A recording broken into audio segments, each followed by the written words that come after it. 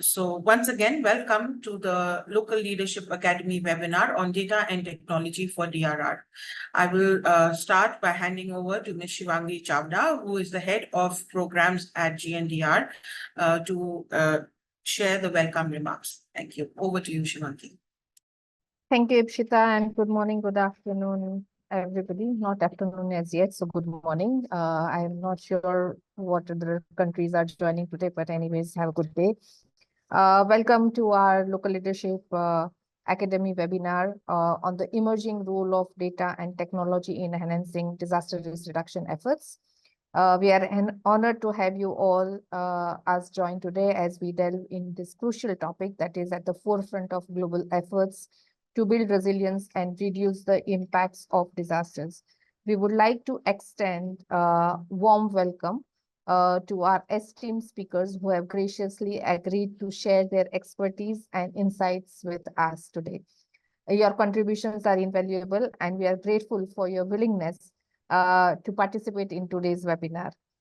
Each of our speakers, and most of I know them, brings a unique perspective and wealth of knowledge to the table. And I have no doubt that their presentations will enrich our understanding of the challenges and opportunities associated with leveraging data and technology for disaster risk reduction. The importance of data and technology in disaster risk reduction cannot be overstated.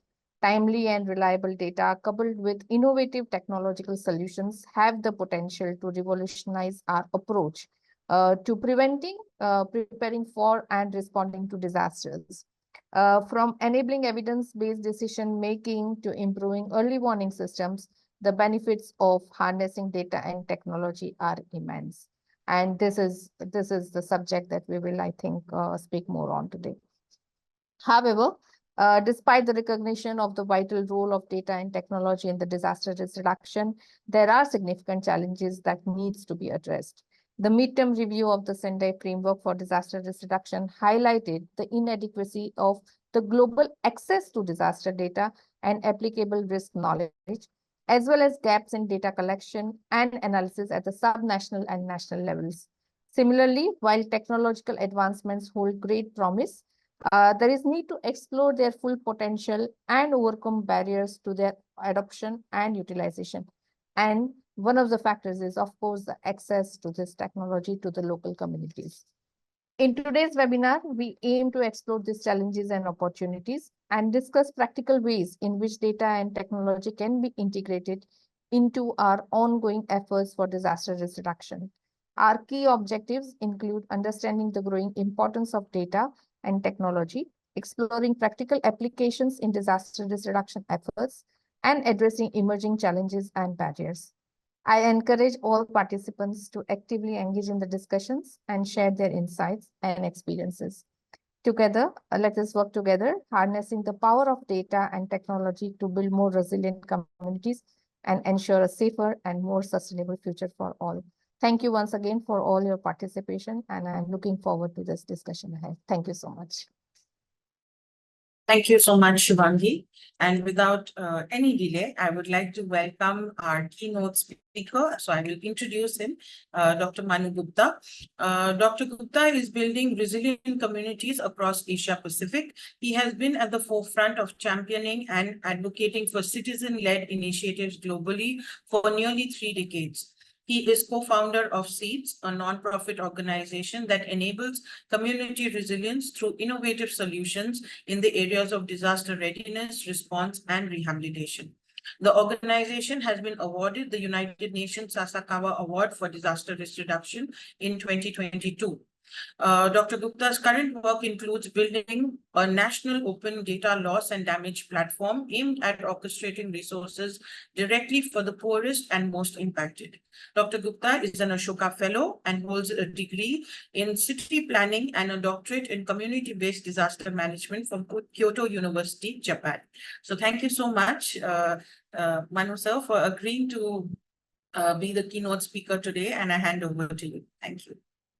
Thank you very much, Ipsita. Thank you, Shivangi. And it's really a privilege to be speaking here amongst a lot of friends from GNDR. And it's a feeling of pride that we are able to, take this discussion thanks to all your efforts to some certain very challenging issues of our times. So today I just wanted to make an introduction on the topic of the webinar, and I am conscious of the fact that there may be many more learned people in this panel and in the group today. But I would just use this opportunity as the first speaker to set the tone on what are those issues and why should we be using technology in the first place. So I think just going back to looking at this whole challenge, Shivangi mentioned about the midterm review that was released in last year of the Sendai framework. And one of the biggest blockers, as she rightly pointed out, was the lack of data. And in some way, the lack of information, lack of real data on progress was one of the factors that was, in a way, stopping us from, growing and accelerating the progress in achieving the goals of the Sendai framework. So looking back on that and looking at the current landscape, there are these three challenges that I thought would be important for us to consider. First is the challenge of scale. As you all know, since the 1980s, the rate of change of temperature has nearly doubled from the pre-industrial age. And what that means is that there is almost a double whammy on the hydromet disasters, the climate-induced disasters. So much so that it is expected that by the end of this decade, there would be at least 5 to 6 major disasters somewhere around the world. That's a lot for us to be able to handle as a community. And when I look at the impact on numbers, they are equally staggering. My own country, which has a population of 1.5 billion, it is expected that at least a fourth of India's population, that's a combined population more than that of US and Europe, will be affected by the adverse effect of climate change, which means more disasters, more extreme events, new types of disasters, and having adverse impacts on their socioeconomic profile. The third area, the second area that we need to look at is the whole challenge of complexity. Disasters are becoming much more complex. One, in terms of the intersection of hazards.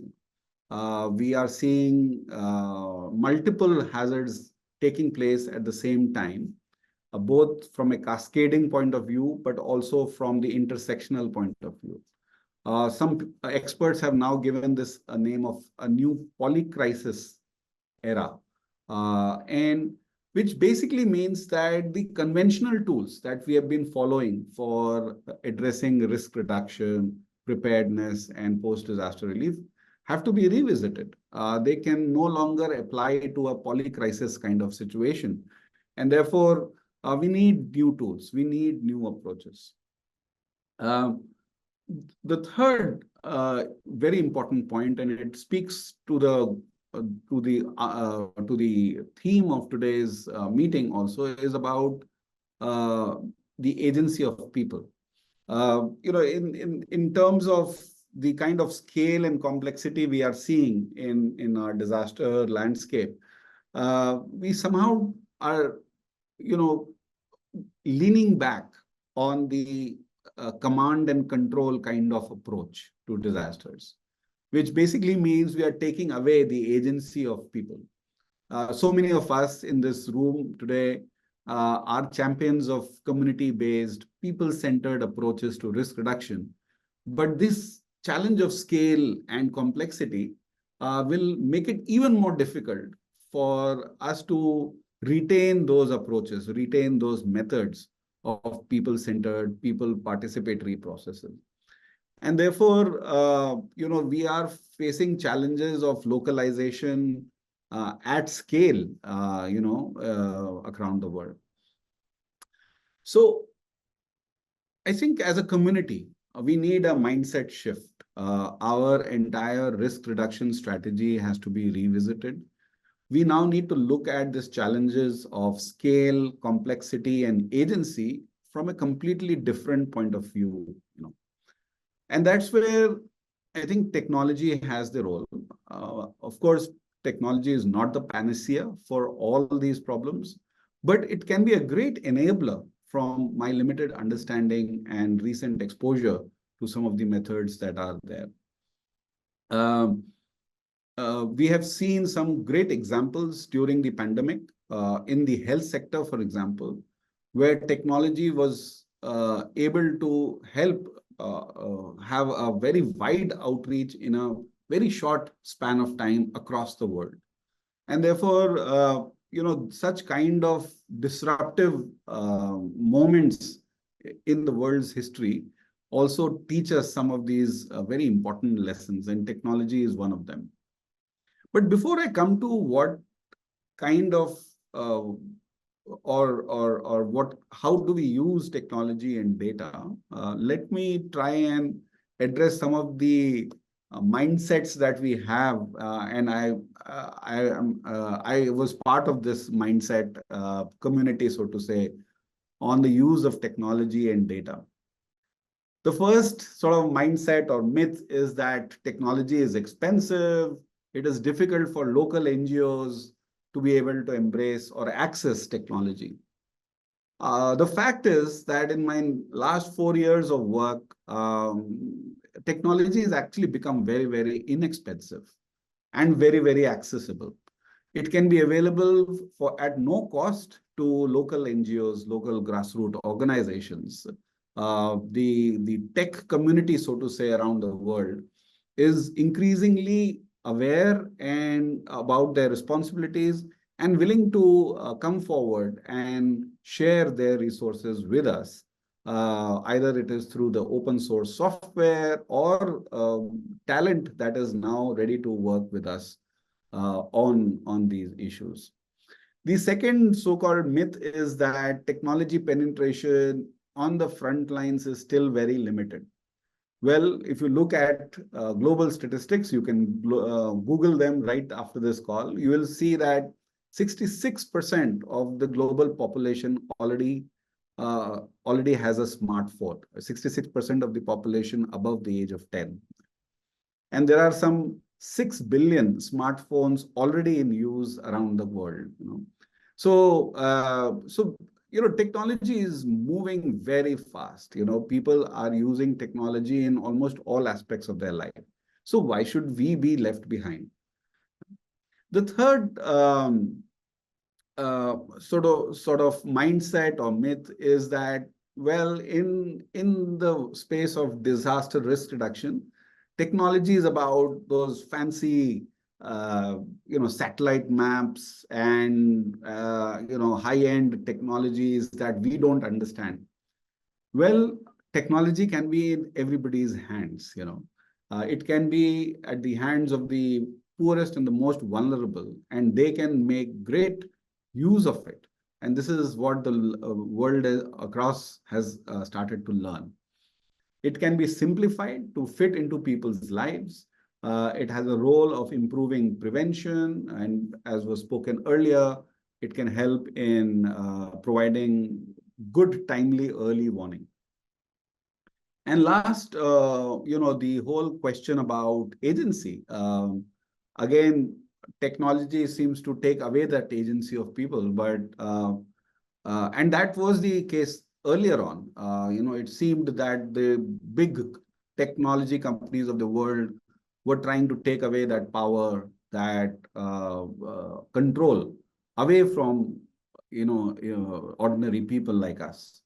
But on the other hand, we have seen the advent of how digital public infrastructure is now becoming more and more prominent, and technology is now actually empowering people more than taking away their agency. It has made them more eligible, more credentialed, and of course, technology has been very, very inclusive. So I just thought I will use about 5-6 minutes to show some of the work that we are doing in Seeds. Allow me to pull up my few slides, and then I'll come back to the main discussion point.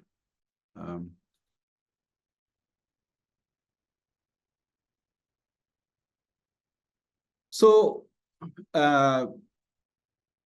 speaking about scale, Seeds is a national local organization, and we felt that, while we are a local organization, why can't we dream of a scale? Why can't we become an enabling organization without having to scale out as a large organization to do something very, very ambitious together with all our associates, with all our partners? And we set ourselves this very ambitious theme that we would be working with 300 plus million people by 2030 in some of the most vulnerable climate hotspots of our country to survive, adapt, and thrive despite recurring disasters. This is our strategy as an organization.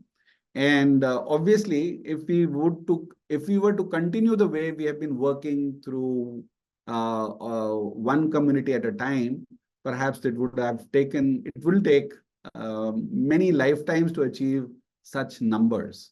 But then this is the need. This is the need. This is where, this is the accelerated rate of change we are seeing due to climate impacts. So, keeping this ambition in mind, we have started looking at how can we use technology to create solutions at scale, which then communities can implement. One of this project is where roofs become a proxy for judging how vulnerable a building is and tell us about who's living inside and their socioeconomic conditions.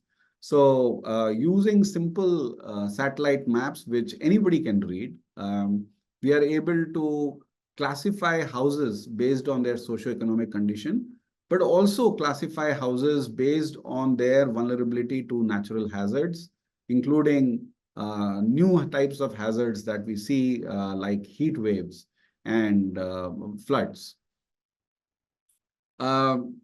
Basically, what we are doing is we are using satellite imagery, which is available in the public domain. Most of the time, it is available free of cost. And through simple models, are able to provide risk scores for floods or earthquakes or heat waves, just looking at the building types. It's in some way very commonsensical, but it is helping us prioritize the most vulnerable households, given the scale of the impact that disasters have. And in one such case around heat, for example, we could see in the little picture that you see on the lower right, we could actually prioritize homes that have the maximum heat gain during the day. And therefore, we were able to then work with local government, work with local authorities to then reach out to homes in these particular pockets so that the limited resources can be optimized. This is one example which can be replicated anywhere in the world, because such kind of very dense, low-income neighborhoods exist everywhere. And roofs can tell us a lot about the vulnerability and the risk to which communities and households are exposed to. The next example I wanted to speak about is creating a digital ID for climate loss and damage. This is something that we are working on in terms of looking at how do we capture the losses communities are facing. This is one of the biggest data gaps that exists around the world currently. While we do have these satellite maps to tell us what areas are vulnerable, we don't know how communities are experiencing losses. What is the kind of net impact on them? For example, we noticed that a household that is affected by disaster actually requires up to 19 years to recover from the economic loss. Something that our secondary data info that we usually collect after a disaster, like a post-disaster needs assessment, which is done at an aggregate level, and where there is a external party which comes to do a survey, does not provide the information of this kind of resolution. And therefore, what we are suggesting here is that why don't communities self-report their losses? And when they do that on a scale, we are able to come out with not just the extent of loss that communities are facing due to climate change, but also looking at the direct and indirect losses that do not otherwise get recorded. For example, this particular slide on the left-hand side are the direct impacts that communities face, which we record sometimes. There is a surveyor or there is a person who goes to a village or a town and then collects, okay, what has been the impact on agriculture, on livestock, on housing, on business assets. But are they able to calculate or even assess the indirect socioeconomic impact? For example, loss in education or number of days lost due to absenteeism, or the lack of access to healthcare, etc. And some of those losses that are actually invisible, psychological impacts of disasters, which do not get recorded at individual household level. So can we start recording these kind of effects and at scale? I keep going back to the challenge of scale, which is where technology has the best fit, in my opinion. This is the classic cycle that we are all aware from disaster relief recovery. But how do we move from just survival to then thrivability, adaptation, and communities are able to thrive, in the given kind of circumstances? So our model here is to create this digital ID, where through text, audio, and video inputs, communities are able to record losses.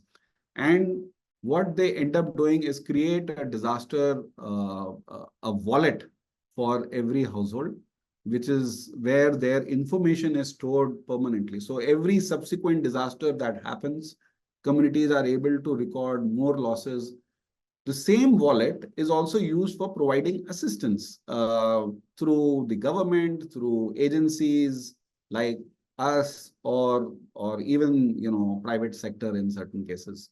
So this becomes like a online record and eventually leading to a marketplace, something like an Amazon, where communities who are suffering are able to record losses. But on the other side, we have people who are providing that help to communities. So the platform becomes the matchmaking place for communities to come together. So this is something that I wanted to talk about, in terms of what can be, done in as examples. I'm sure the speakers after this would have more examples to share. Just to bring this to a conclusion, I think the point that I'm trying to bring across here, when we use technology and data, we need to look at some of those sensitivities that are associated with the use of these kind of tools. One is, of course, access issues. While the access to technology is growing by the day, there are still a lot of households that are not having this approach. So something like a phygital approach, which is a combination of digital as well as analog, is still possible. And it is being practiced by governments in Africa, in Asia, and around the world. The other issue is around data privacy. Increasingly, we are seeing data protection laws, and particularly in our field, in the disaster field, we must protect the information related to the most vulnerable. Only people who can use it should have access, and this should not lead to commercialization or any other abuse of human rights in such case. There is also a challenge of data validation. How do we, at a system level, validate data that is collected in such large numbers from people from the ground? There are issues of data justice, as they call it, the issues of power, which I already spoke to you about, but also equity and identity and participation. And it will be varying according to the context and landscapes. I think that has to be kept in mind. And finally, as a design approach to embracing technology, we have to keep in mind that we cannot just scale what works. In fact, we have to design what works at scale. And that, I think, is an important point for us to keep. We can't say we did 5,000 till now and we will scale out using technology to do 50,000. We have to say that, well, there are 300 million people. Let us design a system that helps us reach that kind of number. So I think that is very important to keep in mind. Also, in terms of, we have to see that rather than just replicating good solutions, we have to give this power to people to replicate. People are the best sources for replication. If they are successful, it will become viral. It will reach out to more people through their own informal, formal communication networks. Sometimes we take that role, as agencies, and that does not scale, and that does not help in technology penetration. So to conclude, just to say that, going back to the Sendai framework, something that we are all committed to, we need to accelerate that progress. And I think taking decisions, taking an approach by embracing technology and data is the way to actually use the remaining 6 years that are left to be able to reach our goal. The second very important conclusion that I would want to say is that, while we have a lot of observation data, we need to humanize data. By humanizing data, I mean, bringing in the collective intelligence of people, the traditional knowledge, their culture, their practices, also to be part of the technology infrastructure. Only then I feel that, our approach of combining technology or bringing in technology to disaster risk reduction would be truly inclusive and yet work at scale. Thank you very much. Thank you so much, Manu sir. I think very, very important points raised by you. The fact of the challenge of scale, the complexity of disasters, and how the role of disaster, the need for data to understand complex disasters and the intersectionality, and most important about the agency of people. And I love the point about humanizing the data, because data often tends to just become numbers and stats. So thank you so much for your very, very insightful thoughts, and we will hold on to you for the Q&A and interaction session towards the later half of the webinar. Let us move on to our next presentation, which is on the multi-sectorial initial rapid need assessment, the critical role of data in the Turkey earthquake response. So this presentation will be made by Zeynep Sanduvac. Ms. Zeynep is a seasonal professional with extensive experience in conflict, disaster risk reduction, community-based participatory development, and humanitarian aid. With over 20 years of dedicated service, Zeynep has excelled in conducting community-based risk assessments, engaging in policy dialogues with government stakeholders, developing participatory materials, and leading capacity building initiatives focused on advocacy skills and gender responsiveness. She is adept in research, project proposal design, and strategic human resource management related to disaster response and community resilience. Zeynep holds internationally recognized certificates as a trainer in sphere and core humanitarian standards. Additionally, she serves as a board member of the Nirengi Association and is a member of the Global Network of Civil Society Organizations for Disaster Reduction, that is GNDR. So over to you, Zeynep, for your session. Would you like me to share your PPT? Not now, thank you. If I need, I will give a flag to you. Thank you so much, Ipsita. Greetings from everyone. So in terms of my given time, in terms of this important panel, I will talk about Nirengi's experiences on Kahramanmaraş earthquake and using data and technology. By this devastating earthquake, we prioritize our response, so we prioritize our services for including data and technology using as much as possible. So it is a kind of milestone for us as well. So let me share my screen and then continue.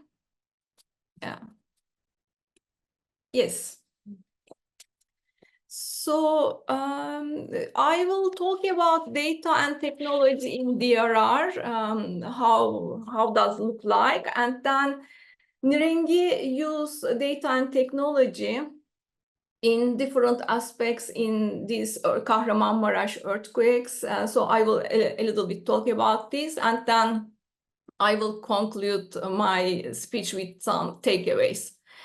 So the well-known point, this is the importance of using data and technology in disaster risk reduction is well-known fact, actually. The issue, how we will achieve this, how we will access this, and then how using the data and technology will become widespread or accessible with all stakeholders, and how can we use data and technology in a common approach for the sake of the affected people. So the main issue is using data and technology for providing a dignified life and protecting life for the affected people. Because of this reason, we shouldn't exclude them. We shouldn't focus on just using the data and technology. And we need to remember these are tools. So the affected people should be kept in the center. This is mentioned in the core humanitarian standards. Also, core humanitarian standards commitment 2 is the motivating point for Nirengi as well, as a member of CHS Alliance and as a accredited trainer of the CHS. This is really important. Commitment 2 says to us, affected people expect access timely and effective support in accordance with their specific needs and priorities. In terms of the Nirengi aspects, so the beauty of the CHS, there is organizational responsibilities are being listed very clearly. As an examples, of course, not limited with these listed points, but it gives a roadmap for organizations. So in terms of the using data and technology in disaster response, this Kahramanmaraş response, we are of course using different tools, different styles, from the using WhatsApp groups, using the online forms, especially for measuring real-time measuring the beneficiary satisfaction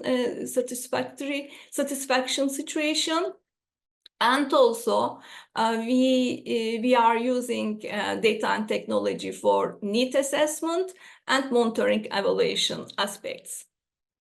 I can say that we are using some advantages of the digital data collection in terms of our response. From the Nirengi perspective, I can say we are collecting data, collated, analyzed, and responded in real time. And this is really supportive part. Digital data collection easily expands kind of data, and the collected data can be reported easily. And also digital data collection also makes the questionnaire to be added new real-time questions in terms of the monitoring and evaluation when we need it. So let me give some specific examples. I would like to arrange my screen. Okay.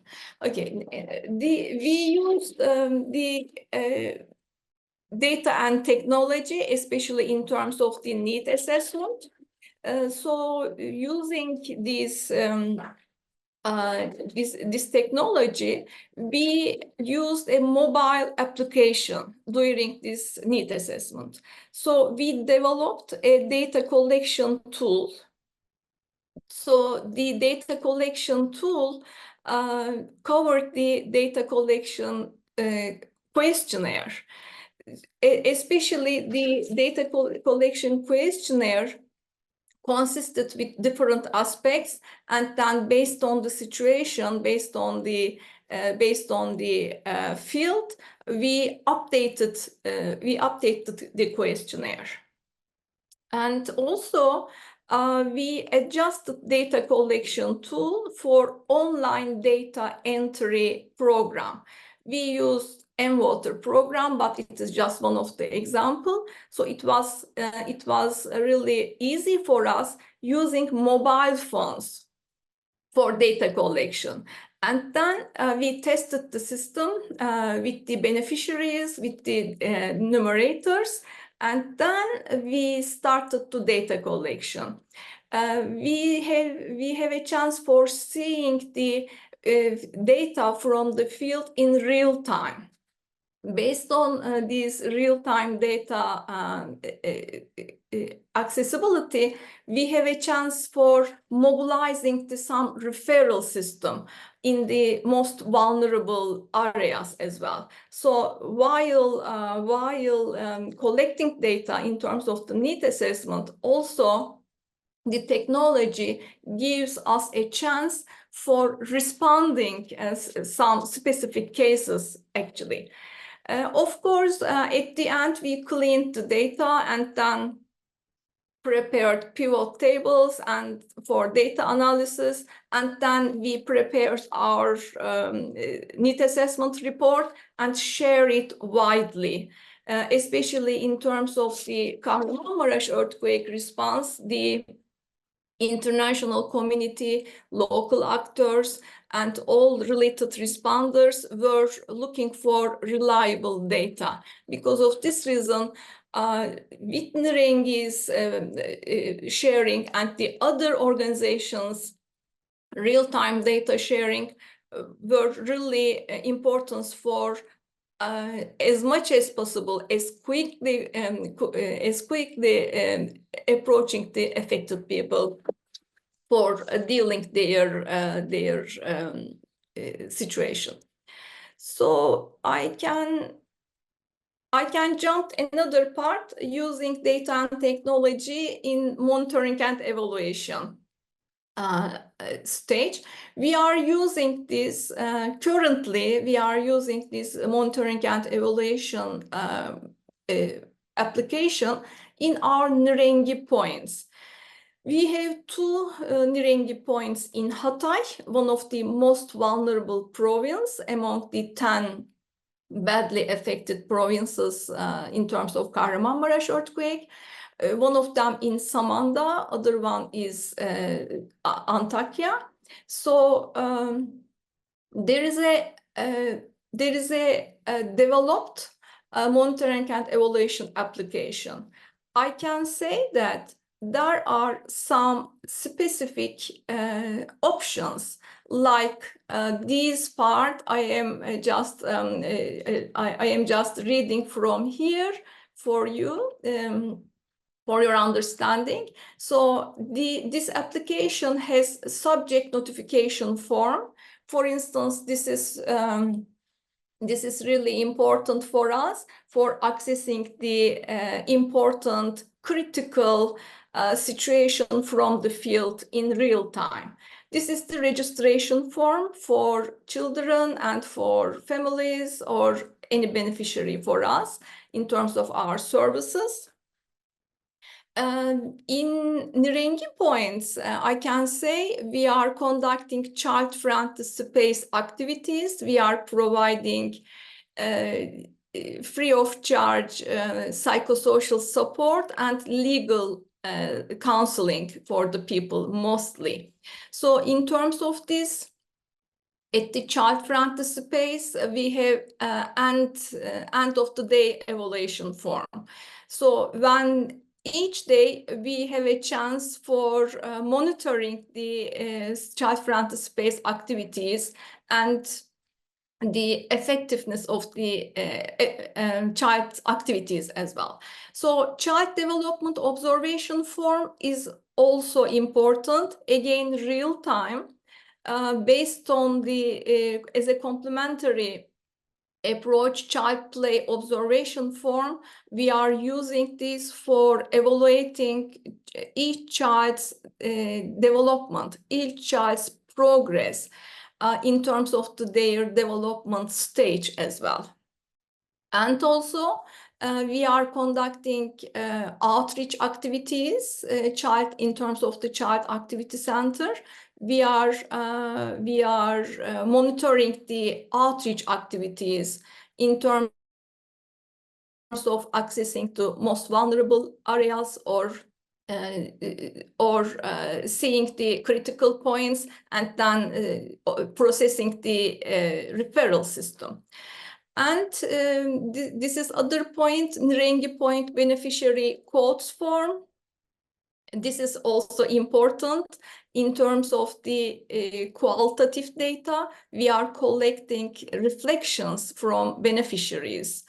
The other point, the application gives us as an opportunity for uploading photos and videos from the field in real time. This is the other important point.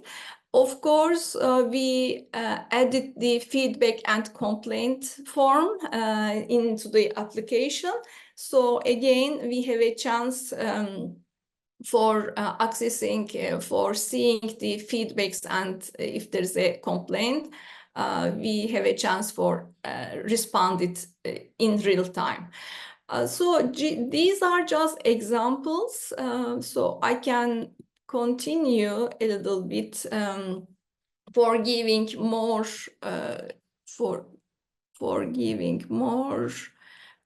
example. Just I should arrange my screen because there is a gallery. There is a gallery option, so I can't see the right side of the screen. Let me if I can just. I think, Zeynep, if you click on the hide thumbnail on the top. Yeah, just I am so dash. familiar with this, but now I can't manage, unfortunately. No, it didn't work. So sorry for this this part, but let's continue with the registration form, explaining what is the details. So for instance, the online registration form has demographic data section in terms of the registration date, tent, container, gender, age distribution. We are collecting this data. So the special needs based on the beneficiary, allergic situation, chronic illness, disability, blood type, and so on. And also data for age distribution. This is also important for us in having information about shoe size, upper body size, lower body size, some kind of in terms of the winterization, material distribution. This is also important. And this is the, sorry.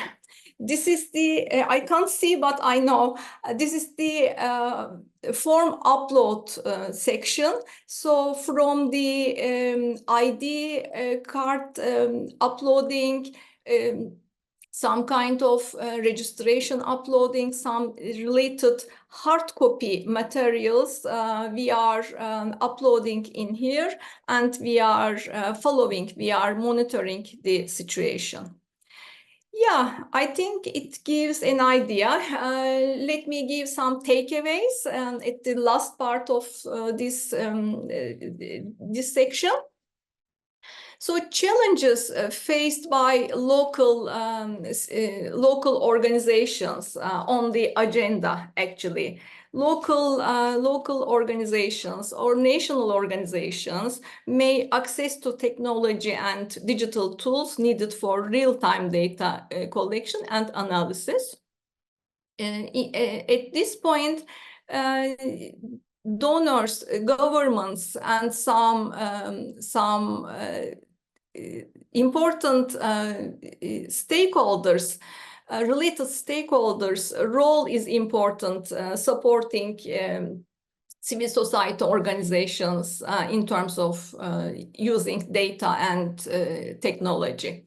The role of donors and governments also important in terms of the localization data and technology using in DRR, especially capacity building, supporting capacity building for accessing, using, practicing, learning, and knowledge sharing on data and technology in disasters. And again, donors and governments and related actors' roles are important. So we believe that leveraging digital data and technology by national organizations, civil society organizations, local initiatives in disaster is vital for stronger response and resilience communities. For instance, in terms of Nirengi perspectives, we are open to gaining new experiences, learning from others, sharing our knowledge and experience with others in this field. So to conclude, I would like to thank everyone for their attention, for their participation. I will just close with that and hand over the floor to the Ipsita. Thank you. Thank you so much, Zeynep, for your presentation and for sharing the work that Nirengi has done, and also highlighting the role of data in disaster response. So we will move forward to our next presentation, which is on the technology side of things. So I would like to, the topic is locally accessible cloud system, the role of innovative technological solutions to ensure connectivity during disasters. And we have with us Dann Diez, who is going to be making this presentation. So I'd just like to introduce Dann. Dann is a climate justice activist and international speaker on leadership, sustainability, and green business. His passion for people and the planet motivated him to work on and mobilize eco-actions in the island of Cebu, Philippines, and with indigenous communities. Dann wears many hats and is active in multiple forums, movements, and alliances related to environmental protection, climate change, and community development. As founder and executive director of Sustainable Energy and Enterprise Development for Communities, SEED for COM, that empowers communities and changes lives through the promotion of renewable energy for all in off-grid, last-mile, and disaster risk communities, environmental conservation, education, and entrepreneurship. So I hand over to Dan for his presentation on technology. Over to you, Dan. Thank you very much, everyone. I am currently based in Cebu, Philippines, and we know that Philippines is one of the badly hit in impacts on climate change. And our NGO started immediately after Super Typhoon Haiyan in 2014. Although the typhoon hit us in 2013, and then we do solar deployment, we found out that in any disaster, the most critical is really communication, wherein how you can be reached out. And we know that the problem was there was a power problem, and because of that power problem, transmission lines were dead. Even the telcos are also destroyed. So there's really a problem on communicating, and also the aside from the connectivity is also the power. So I will present what we have been doing for the past 10 years and incorporating technology in the areas of last mile communities, even our upland communities, working with farmers and fisher folks, by providing renewable energy source, which is also a campaign to transition to green energy, and then putting up connectivity using the internet via terrestrial, using point-to-point. And the good thing now is we have the Starlink, although Starlink is not our sponsor, but we utilize the democratization of the internet, do it yourself, very easy to install. So I'll present you our project that we have been doing. I don't know if you can see the screen. And we are currently working on this project in partnership with the local government, different funding from APNEC and a local NGO that also promotes connectivity in the Visayas area. So we are working with them because we know our communities in the island for 10 years. And the Philippines has what we call geographically isolated and disadvantaged areas all over the country. Half are internet poor, meaning half of the population don't have access to internet, even to power. So this is our response after the disaster. We also found out like there are last mile communities that needs to be inclusive in terms of connectivity. And we're happy because first quarter of this year, the Philippines is trying to promote the connectivity access all over the country to put up the infrastructure and the data transmission bill. So we're hoping that it will become a bill in the Philippines so that through the internet, everyone are equally reached, even the last mile area. So with our project, we come up with what we call islet. So focusing the island communities that don't have power, they rely mostly on the fossil fuel, and these are very remote that no internet can access. So how technology can help them in terms of communication and disaster. So we partner with Japan Technology. They come up with this, eventually I'll share it towards the last slide, this locally accessed cloud system where it is developed immediately after the Typhoon Haiyan that was in 2014-15, and then it has been upgraded until now to be solar powered, and even it has a communication within community wherein we're using it for the school. So the school can also access as like a Moodle or like a platform for them to upload their classes. Students can also come up with their own content. So it's not just providing power, it's not just providing internet connectivity. We also incorporate what we call livelihood with our fisher folks and come up with what we call online portal where they can sell and market their products. So these are the specific challenges in our country, and we are an archipelagic, and it's really far-flung. It's difficult to reach them by boat or even in the mountain barangays. So for the past 2 years, we've been working with 3 island communities. Now they are now connected with the internet. Now the teachers are happy in terms of the download and upload of the reports.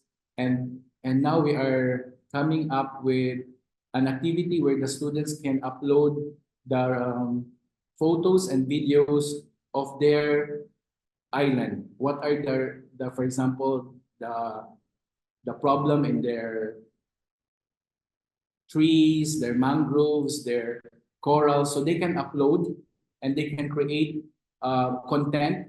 And through this locally accessed cloud system, although this is a Japan technology, they develop it and pilot in the Philippines. So it has their host in Japan, but if the power gets off or there's no internet, since we have solar, so the local access cloud system unit is still functional. So we can still communicate using smartphones, tablet, etc.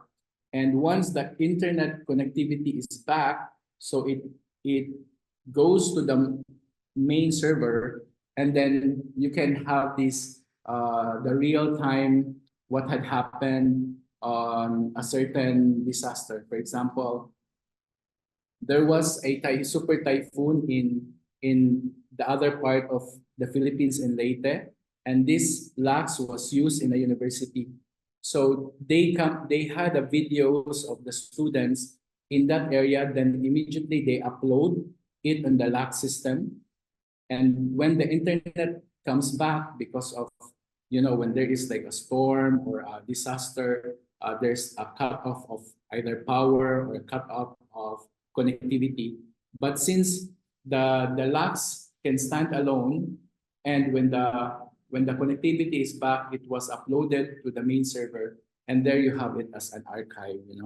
They're curating all what's happening, whether photos or videos, whether drone shots. Now we are doing a drone courses, and we know that drones are also important in terms of reaching areas that can be reached inaccessibly by humans, right? So it's important to integrate that as well. So these are the island communities that we have been working. So it's not just the connecting through point to point in terms of internet connectivity, but we are empowering the local government. We are empowering the community stakeholders, the education system to utilize this setup, because we don't just want to make it functional when there is disaster. So maximize its use. So this is the LAX unit that was being piloted to the Philippines in partnership with Japan, and we have been doing a lot of research and improvement. Now this LAC system can be used in terms of education, as I mentioned. Uploading, students can make their own account, teachers can make their own account. So we really maximize this enabler technology, and it can stand on its own with solar, and it can also now transmit videos and audio. So this has been on the pipeline and being used here in the Visayas region in partnership with local NGO also, CBSNet. This is their program in terms of providing internet connectivity. So we as an NGO, non-government organization, working with last mile communities. So these are our collaborative efforts with the local government. And even the teachers were so happy in terms of utilizing this setup for their education, much more in terms of communicating. So the fisher folks or the people in the island don't have to go far to the mainland. They can do their virtual or online transactions.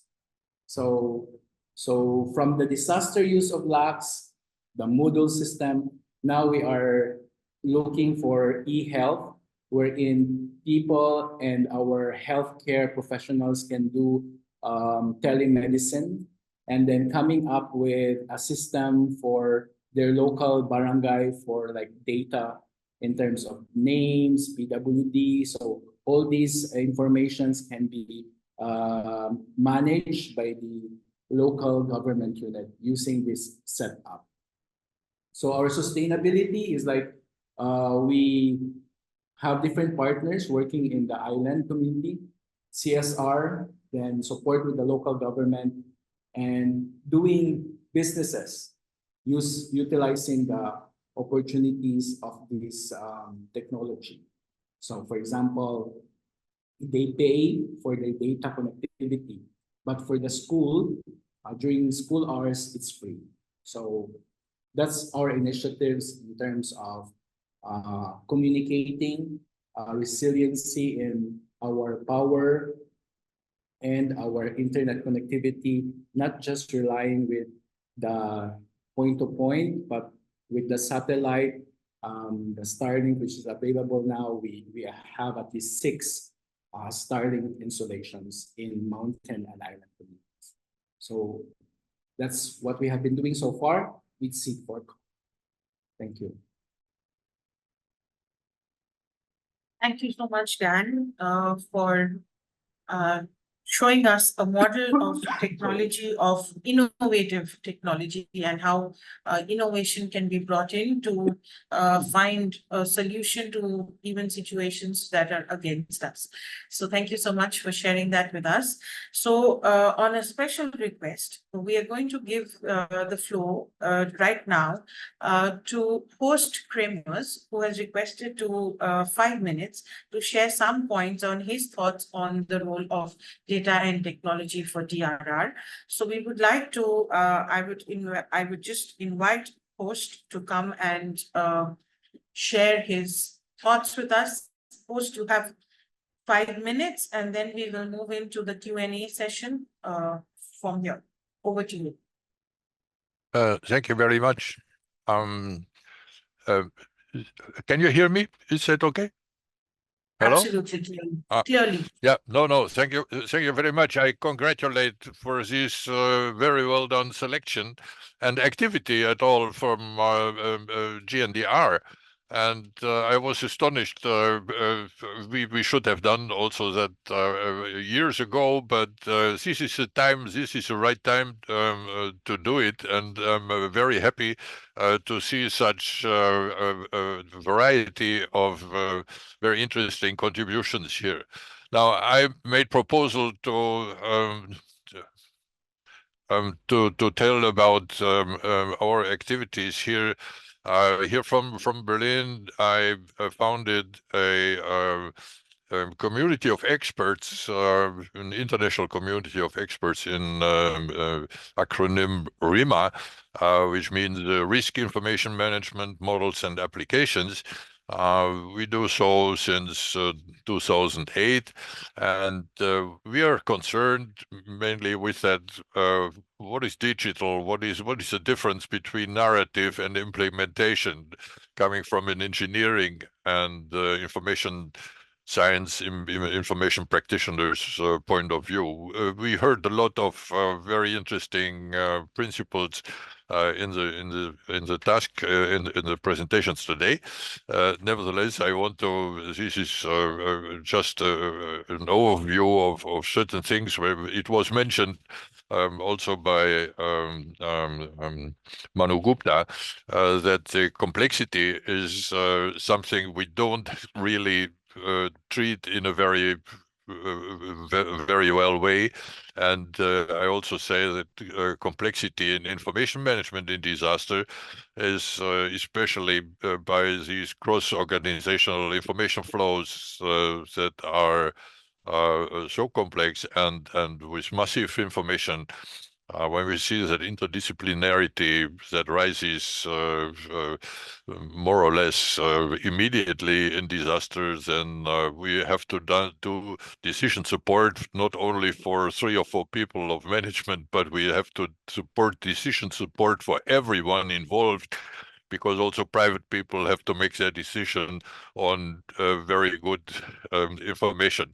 And then, of course, the operational management of rescue and building back in all phases. So most people are concerned about that first aid phase. This is, of course, absolutely necessary. But the Sendai framework tells us the whole task is you have to do it in all the phases of disaster management, from preparedness to building back better. And this is not covered at the moment too good. At a global, European and national level, the UN framework midterm review says we have to improve. The G7 say we have to improve. The European Union disaster resilience goals are there, and in many nations we have national resilience strategies already worded. Nevertheless, we don't have a real good overview which one of the countries are lacking such strategies and how to do that. I think that is a role that GNDR and stakeholder engagement of UNDRR have to work together in doing something about this. The task is to ensure the required homogeneity, coherence, and synergy for cross-organizational, cooperative, and cross-border use. Cross-border makes the whole thing very much complex also in semantic terms, because organizations in neighboring countries don't use the same word, have not the same words, and have to be compliant for doing something about it. What I just want to mention is that we are not only talking about natural disasters. The Sendai framework, the main difference of Sendai framework to Hyogo framework is that we have to work on natural and technical disasters. So that broadens our aspects immensely. And we have to cover all aspects of so-called safety and security issues. And the other things I mentioned before was we have to come from narrative to implementation.